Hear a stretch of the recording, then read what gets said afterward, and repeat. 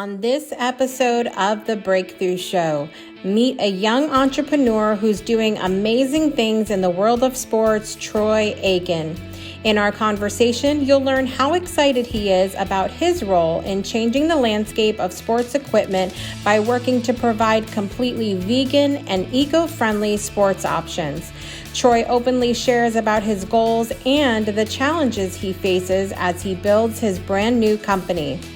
In addition, we're meeting a holistic transformational guide, Laura Staley. You'll love our warm and real conversation where Laura shares candidly about the struggles she experienced in healing herself while being a mom. Plus, host Jessica has finally met her match with someone as joyful about life as she is, not in spite of, but rather in honor of life's challenges. All this and more coming up on this show.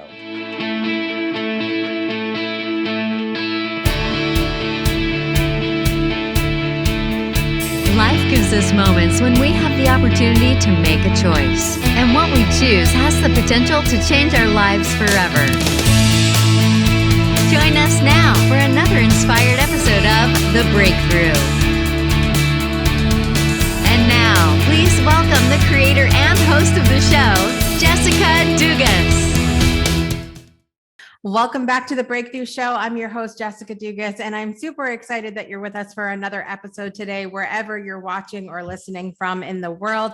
This is the daytime talk show inspiring you to change the way you look at and how you live your life through inspirational stories and, of course, entertainment and hot topics. And I'm really excited about our guests today. So coming up later on the show, we have an amazing transformational guide, a holistic transformational guide, Laura Staley, and you're going to really love our conversation. We dig into a lot of juicy topics, so stay tuned for that coming up. Our next guest was a co-guest with me on an episode of Java Delight, and typically I go on and I do my segment, and then I just go get breakfast and come back on for my little spiel at the end. But when I heard that our guest was vegan and I'm the only other vegan on the show, I said, I can't leave. Like, I just sat in the background of the show having a hissy fit till Brandon brought me back on the screen. So I'm really excited. He is the Chief CEO Eco Officer for his company EcoSports, and I'm really excited to have him here today. Please welcome Troy Akin to the show. Thank you so much for having me, Jessica. It's great to be back chatting with you again. Absolutely. And it's my show now. So now I get to ask the questions that I'm excited about. Yeah, let's dive into the good stuff now. Absolutely. Well, we have a little bit of a tradition here on the show to have you start out by sharing with us something that's bringing you joy today. Great question or topic. I actually am at my aunt's house right now taping this. And so it's great that I get to spend time with my aunt. She lives down in Newport, so I don't get to see her all the time, but getting some quality family time in today. Hey, that's always good. That's always good. Now, diving right into the juicy stuff, is everybody else in your family vegan too, or no? No, nobody else is vegan. My dad is. Yeah, so my dad is my biggest supporter. He's probably 85-90% plant-based. He doesn't necessarily live a vegan lifestyle, but he does really well eating plant-based. He's trying to cut out butter. He's addicted. But he does good with the meats and the cheeses for the most part. He's a sucker for eggs. But when I go home, he's my vegan buddy. So that's nice. And then the family's super supportive of it in my journey, but they still consume their meats and dairies and not too much leather, but some leather. Yeah. Yeah. It's interesting because, we have a large household. There's 8 of us in the house and we're all vegan. So, but it's like, we're the parents. And so we're kind of setting that, it's different to be like, tell your mom and dad to do it. Yeah, that's so cool. I mean, I've definitely thought about wanting to raise my kids vegan, but it's just I don't know what the right word is, but like there's this stigmatism about raising your kids vegan. Where do they get the protein? Where do they get the nutrients? Which as vegans, we know that it's not an issue, but it's like, are they going to have trouble with that in the school system growing up with friends and that type of stuff? What happens when they go over to their parents' or the friend's house and their kids want to make chicken? Like, So Yeah. yeah, I mean, I don't know how you deal with that. It's a real thing. And it's, those are things that we were definitely concerned at from the beginning, but it was actually one of our daughters was the reason we went vegan, because she was very sick. And so for us, like she had severe issues with her intestines to the point of like, we didn't even know it was bad. That's all I can tell you. We didn't know how bad it was going to get. And within 4 months of going plant-based, it was like nothing was wrong with her. Nothing. And so we saw that and we were like, how could we not do this now after seeing that? Yeah, that's so incredible. And just so great to hear that those stories exist. I mean, how many of those stories happen when they go on an all meat diet? Does that happen? Right. Exactly. Well, tell us a little bit about your journey, because we've had other plant-based people on the show, and we've kind of, a few, and it's always typically this dramatic, like this big thing, similar to our daughter, this big thing happened and we went plant. What was your journey into veganism like? Yeah, well, mine was definitely more selfish and less dramatic for sure. I just read a Facebook article that was saying how plant-based diet is better for you. And being an athlete, being a health kind of guy, and post college life, as I started to get older and not, training 3-4 hours a day for tennis, like I was getting sore after I'd go play tennis once or twice a week with buddies, and like my back would hurt all week long. And it's like, this isn't. And you're young, like, let's be fair here. Relatively young. Yeah. And so I was just over that. So I started, 3 days a week, plant-based, 5 days a week. And finally I bit the bullet and went 100% plant-based and vegan, and just loved it. I was sleeping better. I was recovering better. I was training harder and just felt better overall. And I'm 2 years now, and it's just been incredible journey. And I love it. Yeah. So you started out similar to us, of it being a health conscious type move. And at what point for you did you start paying more attention to the compassion, ethics, and environmental side of things?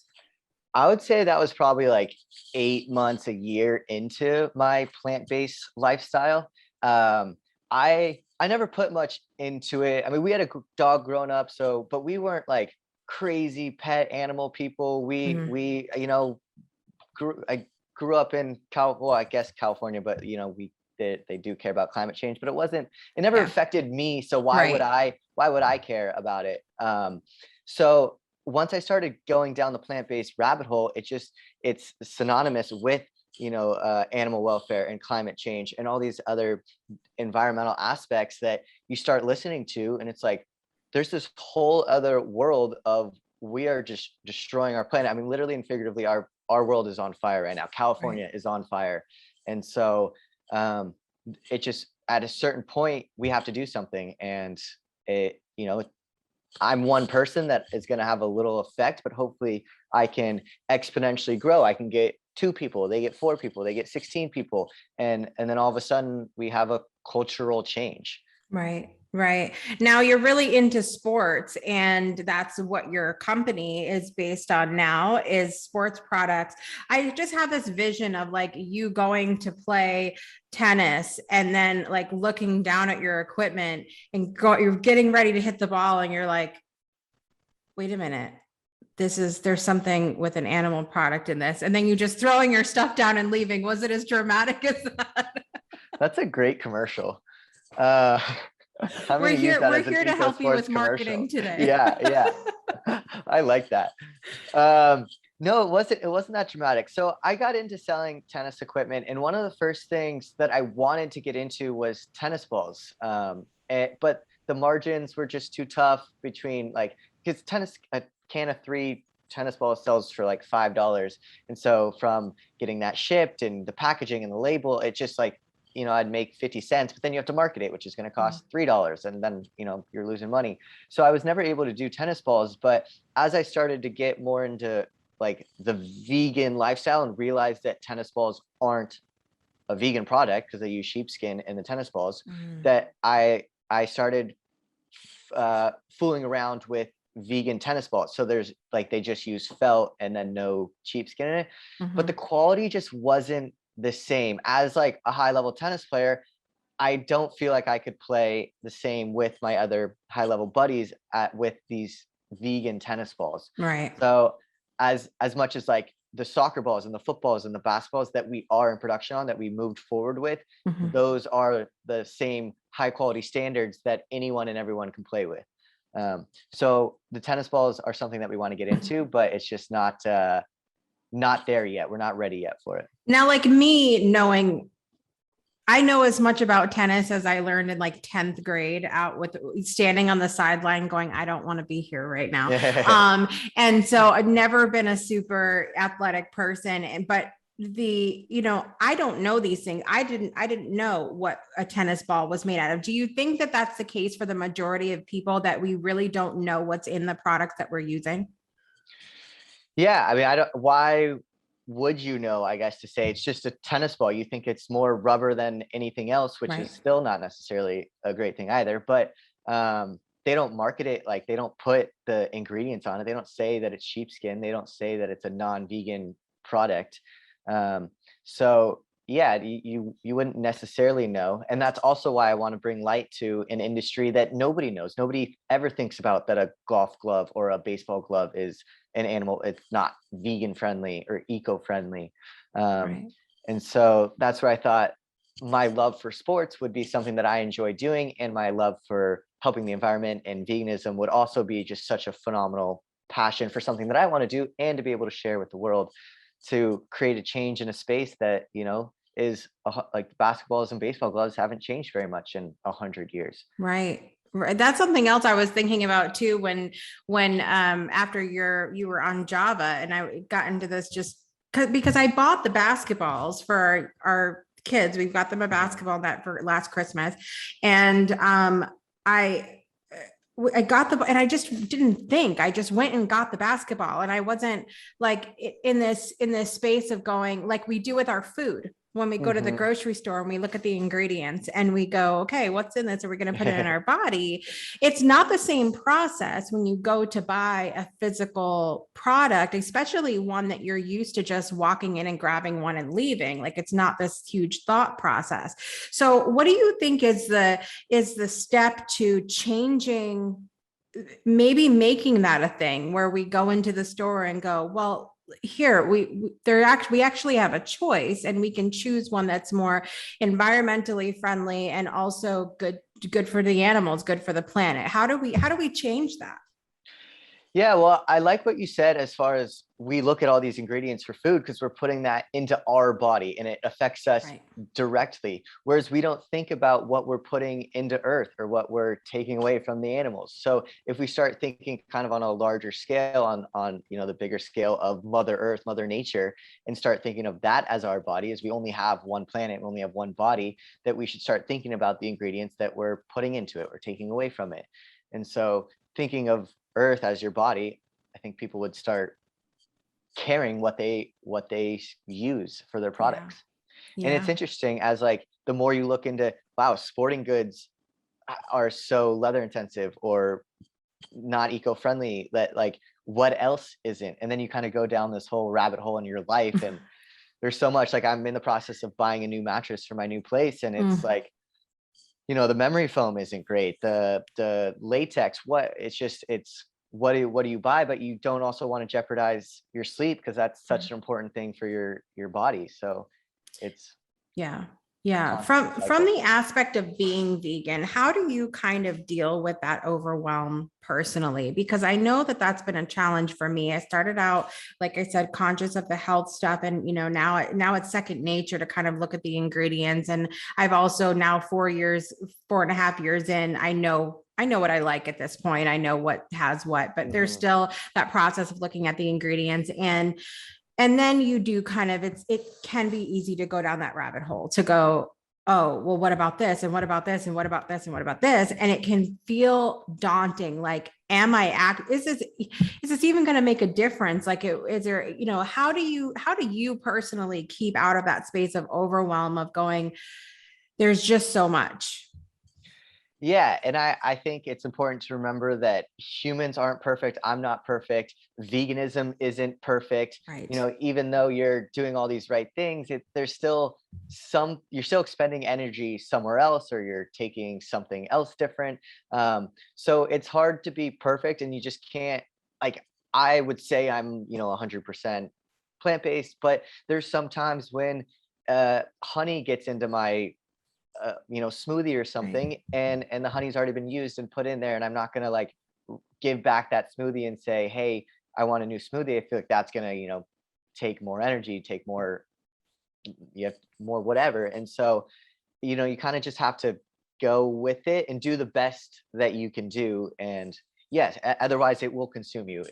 Being the all out 100% vegan and just like letting it ruin your life, that's not worth it. And then that's not good for you. And I like being, vegan because I feel like morally it's the right thing in my world. So I feel good about it in that aspect. Yeah. Yeah. It's such a great point about, you know, not necessarily, because I was going to ask you that, like, if we say we have, say you've got a family listening that's super into sports and they've got all this equipment, should they then just take all of it and burn it and go, go get the other stuff? Like, because, because you get those questions, especially as you're setting, you're trying to set an example for other people as well through your lifestyle. And you get someone that comes over and it's like, oh, you're vegan. Look at all those footballs you got over there. Like, really? And I think it does, for me, it creates a great space of having conversation, of going, well, we are vegan, yes, but we weren't always. And now these are the ones we buy, but it would cause more of an issue if we now go fill the fill the landfill with all of this. Right. Yeah, definitely. And I totally agree that you should not go throw away your stuff, especially if it's not biodegradable. Then get the most use out of it that you can. But it's 2021 that we have so many great food alternatives, leather alternatives, just vegan alternatives, that there's no excuse to use animal products anymore, or stuff that isn't recyclable or biodegradable. And so just moving forward, you should be aware of what you're putting into your body and what you're putting into earth. Right. 100%. I think we've given people lots to think about in the start of the show today. Get your wheels turning. We're going to take a quick break, come back and talk to Laura and more with Troy and his company EcoSports at the end of the show. We'll be right back. Hi, my name is Brandon, and over the past year, the Delight Cafe team and I have traveled across the U.S. researching this rapidly growing industry of CBD products. What we have found throughout the industry were products that were inconsistent in dosage and used ingredients that weren't even lab tested. Products with chalky textures, bitter aftertaste, and worst of all, confusion among the CBD consumers. That's why we created Delight Cafe. A 15 milligram, lab tested, all natural, water soluble hemp CBD powder pack. It's odorless, colorless, and tasteless. Add it to your favorite drink of choice, wherever, whenever, on the go. Quickly find your calm, your balance, and your delight when you need it most.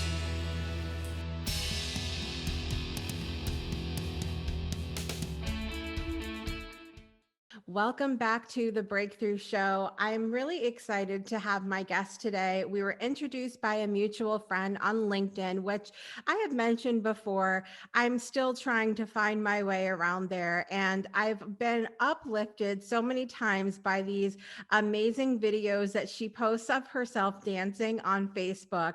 They give me a smile, they give me a laugh. And I just love making connections where you can scroll in your newsfeed and have a smile. It's the best feeling ever. My guest today is the founder of Cherish Your World. In that, she's a speaker, she's a writer, she's a feng shui expert, she's all of these things, a partridge in a pear tree. We'll find out.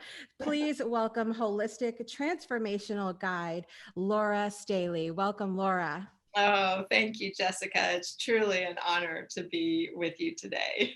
I'm so excited to have you here because I feel like, sometimes I have these initial conversations with people and it's great and wonderful and they're nice, but I felt such a connection to you, just your warm soul. And it's so nice to be around someone that you feel like I can take a deep breath today. Oh, I'm so glad. I was thinking about that the other day actually, and I thought, gosh, maybe it's my superpower. I don't know. But I would love for you to share with our audience something that's bringing you joy today, Laura. Oh my gosh. So I got up early to go on being with you. First of all, this Thank moment you. is bringing me a great deal of joy. I'm in a conversation with a human being. Yay! I mean, it's few and far between sometimes. Right. I mean, it just, whew, yeah. And I think the other is that I saw the most exquisite living nature, right? I call it living nature. It's so beautiful here in the mountains. And as I was running up on top of the ridge, I run around a lake, and the mountains are kind of off in the backdrop, but not, they're like there, but they're there.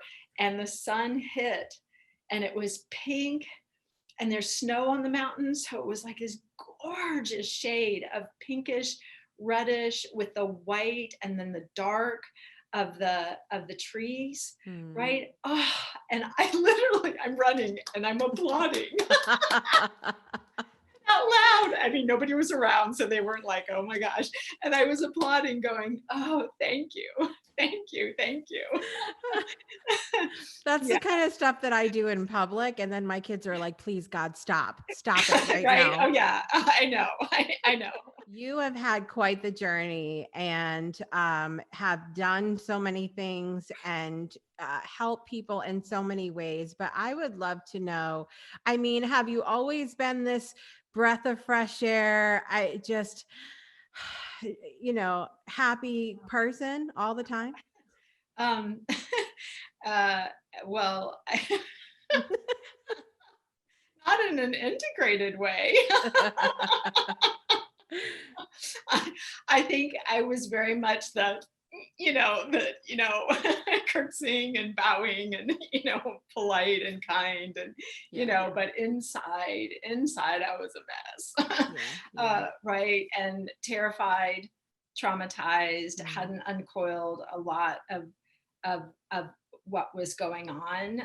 And I was so trained in that, what I now know is called imposter syndrome, but it was like that pretense of, make sure you put on your face before you go out the door. And because, the insides of spaces in my childhood, and including, my childhood home, school, church, these places just were just never felt safe. And there were certain individuals that were, troubled. And so I had the, many experiences that traumatized and terrified me. And yet I felt compelled to kind of button it up and be this perfect little girl, right? If I could just be kind enough. And because in particular, my mother was she just was a shapeshifter. There are other words, I hate you, don't leave me. Anyway, I was scapegoated, but the thing is, I had bandwidth, and you get hyper vigilant for a person who treats you badly. So I saw her in other situations where she treated people impeccably. She was so kind.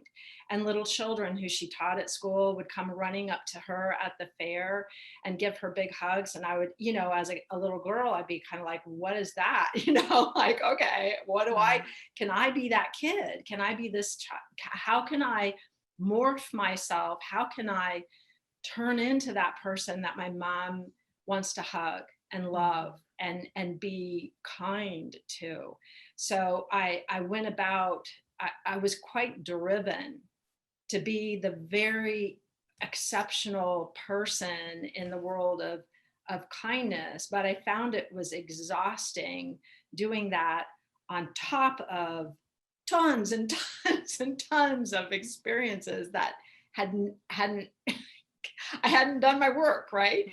And it became impossible to sustain that dissonance, I would call it, right?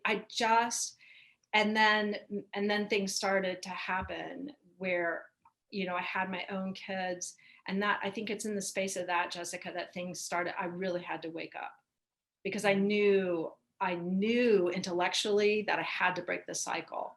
And before I had kids, I did begin the therapeutic process. Thank goodness, because I was having suicidal ideation, the persistent, I'll just call it bullying, because people understand bullying. Bullying on behalf of my mother persisted, and I had then gotten this inner bully going on, and it was like, wow, I can't live like this anymore. I feel like I'm gonna explode, because how exhausting to show up places, when you just want to,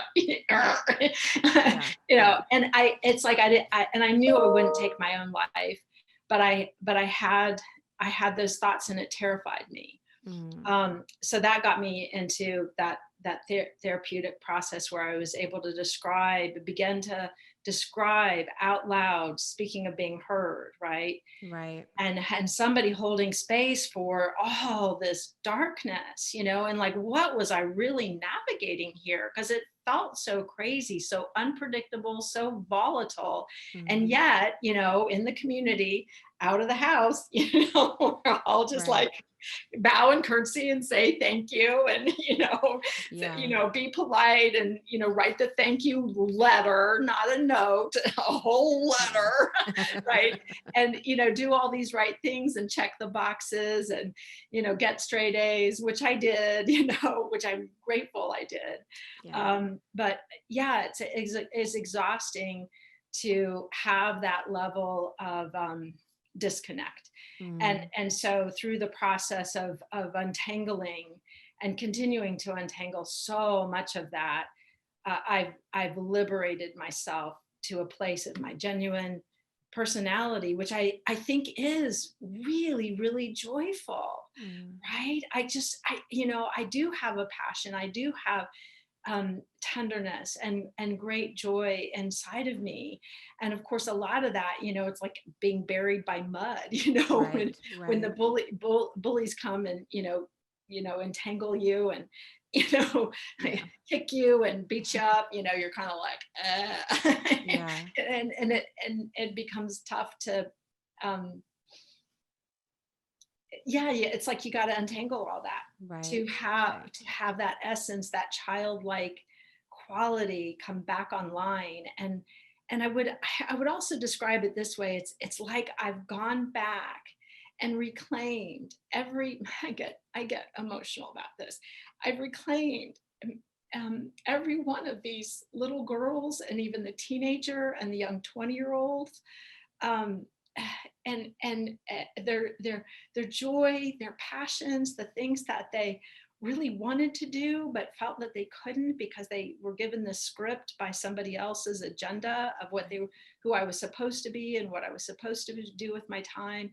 And so I've liberated myself on my healing journey, and that's been a huge transformation, and this reclaiming of, dare I say, pieces of my soul, right, that have always been with me my whole life. And it's so great, because setting down and forgiving, I mean, you have to go through all the stages, before you get to forgiveness. But to get to forgiveness and really set things free from those experiences that were really, really, really difficult, is such a liberation. I know you mentioned about how you were just determined as a mother to break those cycles, and that's something that's really challenging for most moms out there. I think that we go through things as a child, and we have this intention of, oh, things are going to be different, and next thing you know, 20 years later, we're looking in the mirror going, hi mom, and we think, what's happened? I thought things were going to be different, but we really have to be intentional. And I love how you mentioned that you started doing that personal work before you had children. because I think that I know I can only speak to my story, that would have made a huge difference for me at the beginning of my children's life. I was so wounded and so hurt and so many things as a new parent, that I was just not there. I was just not there emotionally. And it took until about 10 years ago. And I always have to tell my oldest son, like, I'm sorry, you were clearly the guinea pig. Like, I'm so sorry. Like I was trying, I didn't know who I was. I was hurt. I was a lot of different things. And the only thing I feel like I can do now is um continue to grow and move forward and show them what that looks like, when you're broken, and you put the pieces back together, find pieces of your soul, as you so beautifully said, reclaim them. Was it really like, was it just simply a decision for you, or has it been a process of really, in being a mother, of making choices and choosing every day? Like, what has that journey been like for you? Wow. Yeah. Oh, that's such a great question. And thank you for sharing, because is a bumpy, it's a bumpy ride. And so though I began the intellectual, I'll call it intellectual Mhm. therapy, which was very meaningful because I'm smart. I mean, I mean, some people look at my life and go, she has no common sense whatsoever. But like, she's really intellectual. Was that, hence the PhD, right? But it was very cerebral for me. So like I consciously chose that my kids would be my greatest spiritual teachers. Mm. And of course I wasn't ready for the intensity of those early years where it's so physical and so emotional. They don't have words. They can't say my tummy hurts, or I'm hungry, or please God burp me. Right. And I'm just, I don't know what I'm doing. I was still connected to my family of origin at the time, and they were still doing their whole hot mess with me and around me. So it was tough. It was really tough. And it wasn't until my son was about 18 months old, he was still an infant in arms, nursing, that I began the body work. Mm. And wow, here's what I know is trauma lives in the nervous system and the body. I could describe the psycho freak from hell that I was around my kids. I could describe like the episodes that I would have. And I was even defensive because I was like, well, they need to know what rage, what anger looks like. And, at the time that my kid's dad came to me, it's a story in Live Inspired. And I describe, kind of my awakening to, oh my God, the hot mess I was, Mm. and the level of trauma that I had not yet resolved. Because he said, you're terrifying the kids. And they were little. And I was just like, well, they need to see what anger looks like. And yet, the shame, right? Yeah. And then, like the very next day, or maybe it was 2 days later, there I was, rah, like a cartoon character, right?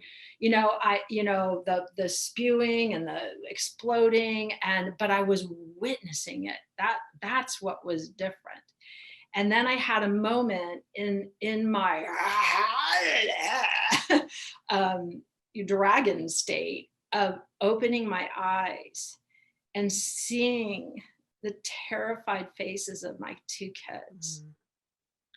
And it was in that moment that I saw it, and I immediately, it was a wash. I mean, I can still feel it now with the shame, like I called it the rage shame cycle, right? Not like the washing machine cycle. It was the rage shame cycle. And I ran into the bedroom, closed the door, and bawled my eyes out.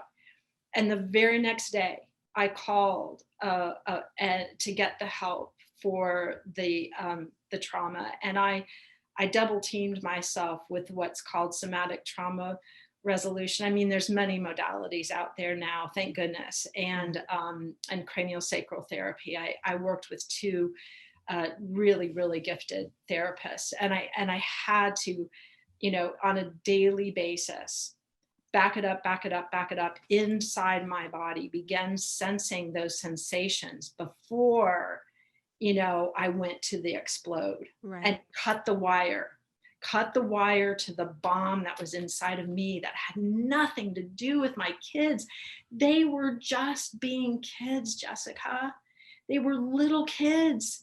They were not bad, evil people, right? I was a mess. I was a traumatized, unresolved. I had unresolved trauma in my body and in my boat, if you will, that had to offload. And the other thing I did with my kids is I gave them permission to call me out, meaning there was a time that I was driving and my daughter is in the back and she had started talking to me, which I sort of noticed. And she literally said, and it was so sweet. She didn't do it mean. She was just like, Mommy, are you listening to your thoughts or are you listening to me right now? And all of a sudden it was just like, oh, I was listening to my thoughts.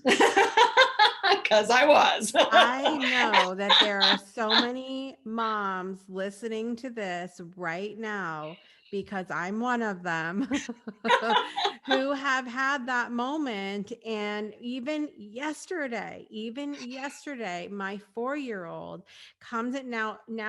I will say it has been easier in this new home that we have. I have my own office space that has doors. And so now I've been very clear with all of them. When the doors are shut, I have to focus. Because I am I'm like, hello, like just a minute ago, you're talking and I see something and I'm like, there's a cat walking by my window. What is happening here? So I've been very clear though, doors are shut. I need to be able to focus. Now, one of the kids had come in and left the doors open. So of course that's invitation for the entire world to come in my office. And she comes in and I'm still going, I'm over here like trying to get the work done. And she's over here talking and I can hear her, but I'm trying to focus, Laura. And so and eventually she throws herself on the floor and is having this entire fit. And she's like, you're not listening to me. And just complete. And I'm like, oh crap, she's 4 still. Like, yep. And so, I mean, listen, so you moms that are listening right now, you are not alone in this. Like we all have those moments where we're just not there. Yeah. But we need to try. We need to try to be. Oh, absolutely. I would love for you to share with everybody where they can find you and the stuff that you have going on and all of that.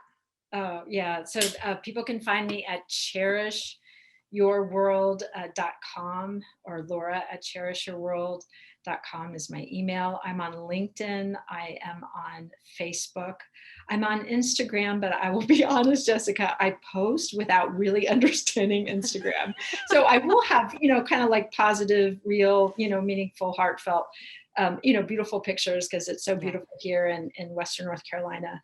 I know we were talking earlier before the show, but I've got 3 books: Live Inspired Stories, plus, Good Wishes, that one. And then Let Go Courageously. I think especially moms will love this because I have stories in this one about my kids and the real, kind of real deal. Well, there's stories in here about, children also, but this combines with gentle ideas at the end of most chapters. But there's a whole section on, kind of feng shui and little kids.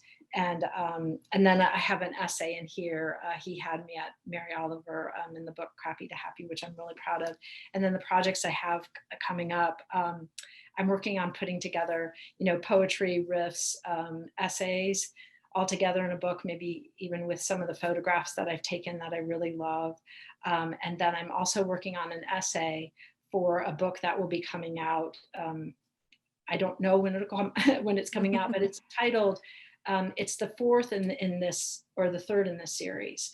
And it's called From Mayhem to Miracles. Love and that. I will be sharing about the story of my son coming through his challenges, and kind of my relationship to all of that, and the miracle of his life, because I almost lost him twice. And I'm just so grateful for his choosing his life every single day. So I love that. yeah. So that's You guys definitely want to connect with Laura. I'm just saying, like, I don't know, send her an email and be like, I just want to talk to you. Oh, and know that I really am honored by, these kind of conversations, real deal conversations, or if people have got questions, or gosh, what did you do? And mostly I see myself as a guide, to ask you those questions, like what brings you to life, what feels good in your space, what's happening, and to have that compassion and deep listening. So yeah, I would love to connect. I love to connect with people. Yeah. I love Thank it. you. Laura, thank you so much for being here today. Thank you for being so vulnerable and sharing your stories with us.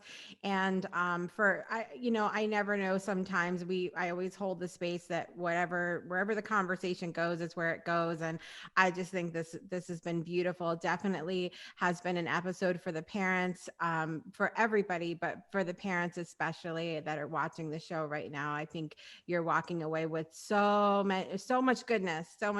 Laura, thank you so much for being here with me today. Thank you so much, Jessica. It's really been a joy. Absolutely. All right, guys, we're going to be back in just a minute for more of the Breakthrough Show, but be sure to check out the show notes where you can connect with Laura, and we'll be back here in just a minute.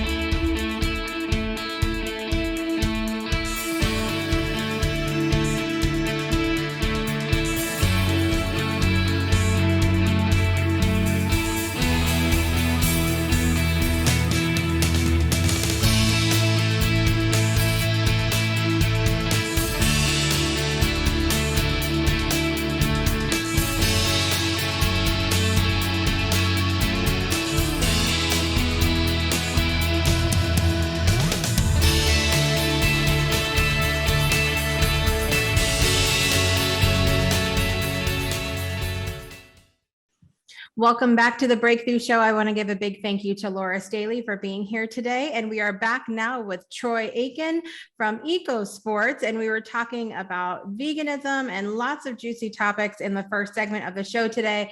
And I want to dive in a little bit. So we talked about how you saw that there was a gap in the market for sporting goods that were eco-friendly and good to the animals and all of that. So how we also mentioned you're a young guy. What made you think that this was like, oh, I should just start a business? I should be the one to start the business.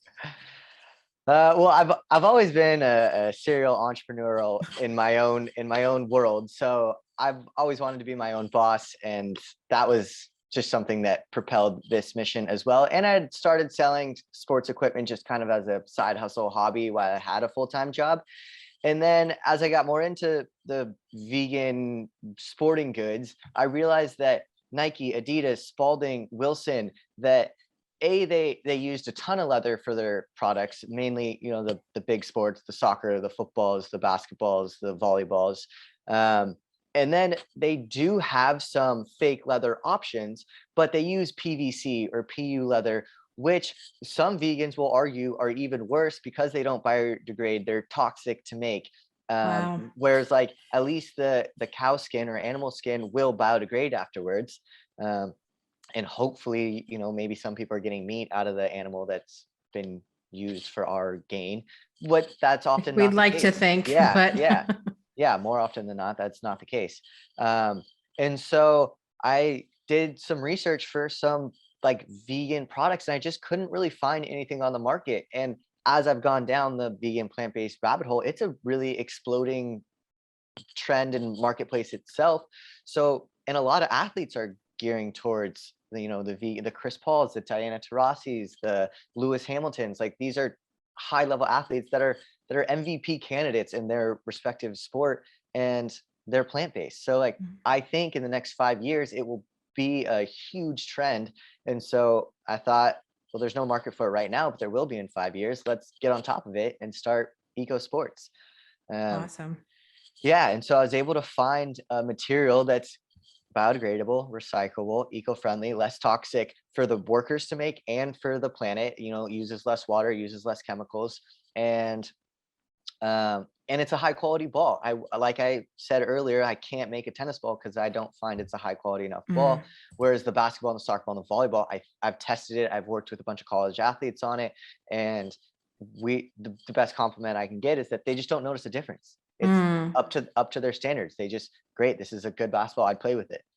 Now let's dig into the quality portion for just a minute, because like I said, I was never super into sports. I probably would you say that me not knowing anything and not even really using sports equipment that often, that I would be able to tell a difference? Or is it really just the seasoned players or athletes that you think could tell the difference? Yeah, I think, well, so for the tennis balls, I don't think someone like you or my brothers, they were basketball players. I was kind of really the only tennis player in the family. And so as far as the tennis balls, I don't think they would notice a difference too much. But my brother plays tennis, once every 6 months. And so he's only buying 2 cans a year. And when you make 50 cents a can and he's only buying 2 of them, that doesn't make much sense either. Whereas going after someone like me that buys 5 cans a week type of thing, because I use a new can every week, that's where I had a struggle going into the tennis balls. Whereas basketballs, we have a product that is great for a high level person and great for a new person. It's interesting because I think, I sit back and go, oh, put the tennis balls out. No, I'm not going to know. I mean, it doesn't matter to me at all. But I do understand that perspective of, if someone is going through that much, and especially what about price difference as far as like manufacturing the different balls? Is there a huge difference there? Are you for basketballs or for tennis balls? Well, let's talk about the tennis balls first. Yeah, well, so to not use the sheepskin, it's actually a little more affordable to manufacture those tennis balls. But still, I think, like we said earlier, that paying more than $5 a can is, I wouldn't want to do that personally. Right. And I don't think that the average, if you were to go to the Big Five and look at tennis balls, I think you would probably go with the $3-4 can opposed to the $6-7 can, because what do you care what the tennis balls are? So it would be hard to kind of sell a $7-9 vegan tennis ball. And I mentioned this on Java Delight, but people aren't willing to pay more for the vegan eco-friendly product. They're willing to pay just as much and it'll sell well, but they're not willing to pay more for it.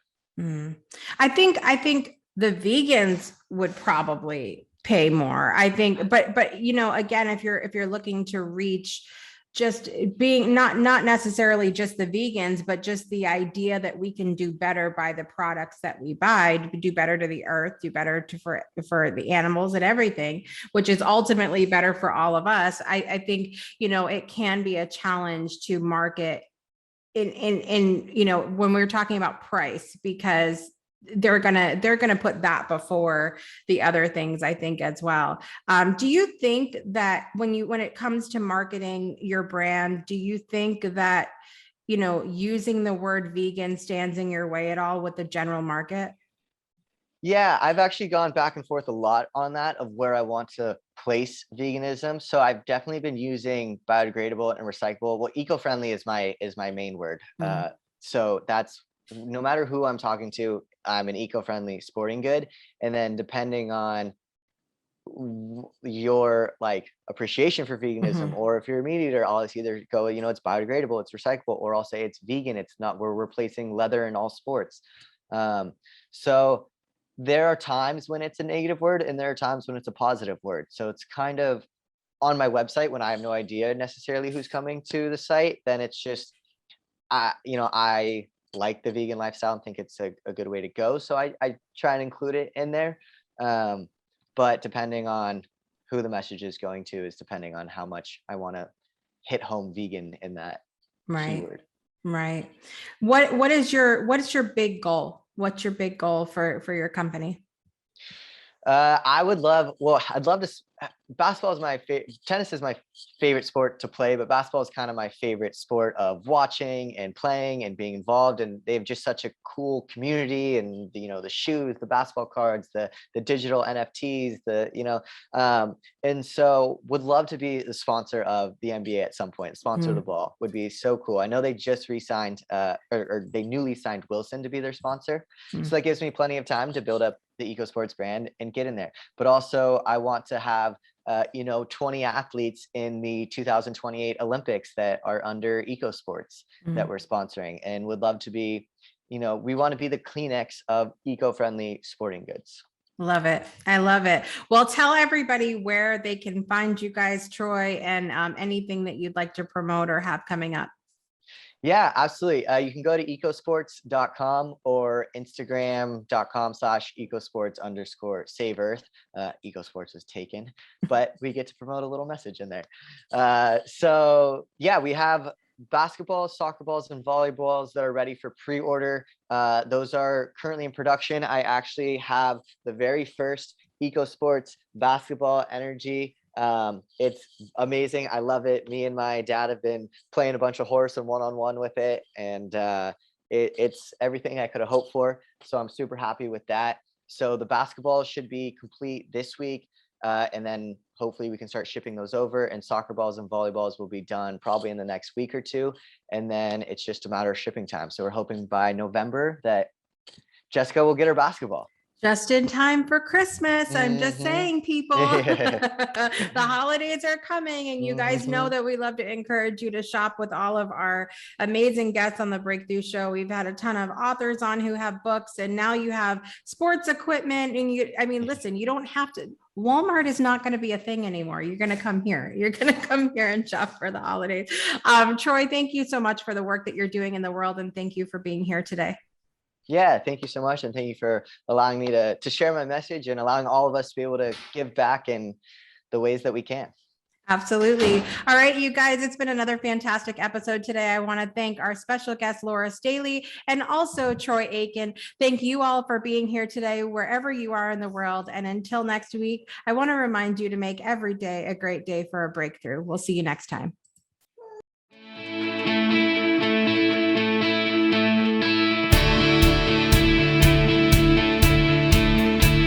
For tuning in to another episode of The Breakthrough.